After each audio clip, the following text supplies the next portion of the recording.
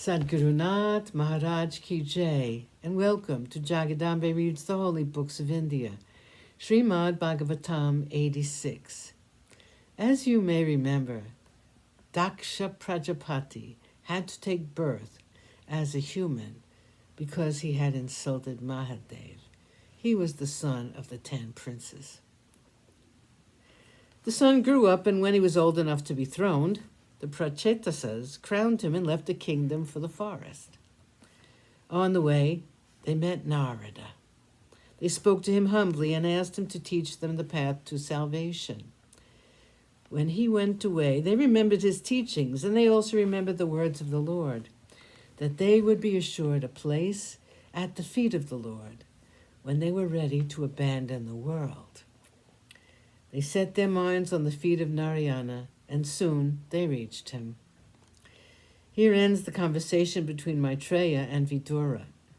Vidura here takes leave of Maitreya and proceeds toward Hastina to see his brother and Yudhishthira.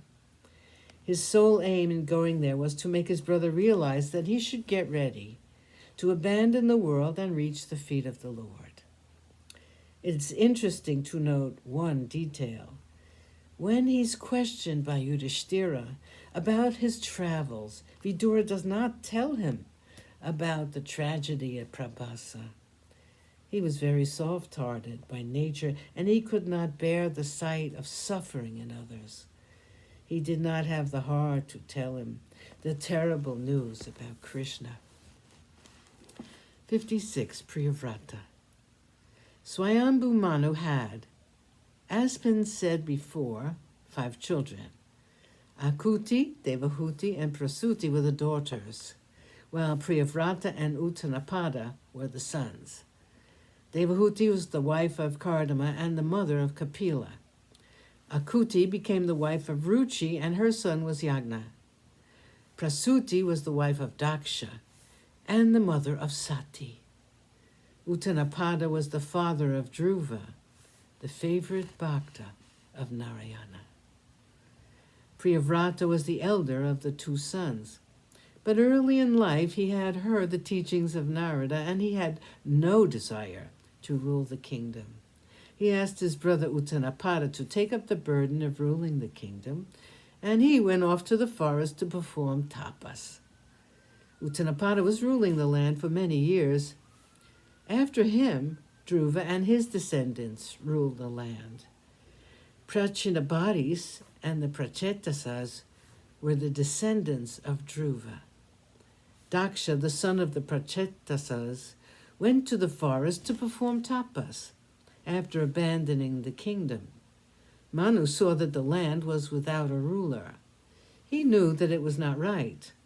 Much against his will, he went to the forest and tried to coax his son Priyavrata to come back and take up the task of ruling the kingdom. His mission was fruitless. He therefore left it to Brahma, his father, to try and coax Priyavrata.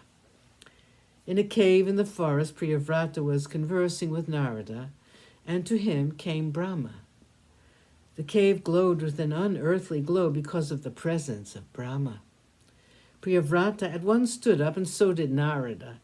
Brahma smiled at his grandson and said, "My child, please listen to my words very carefully. The Lord, whose commands we should all obey, and which are obeyed by all of us, has ordained that you should do your duty as a king. This human body is given to you for a purpose. You are meant to live the life of a normal human being on earth. Each one of us has been created for a purpose. We are helpless in the hands of the Creator. Look at the bullocks which plow the fields. They have ropes running through their nostrils, and as the farmer leads, so moves the bullock. The jerk of the rope is what he has to obey, and he has no power to act on his own.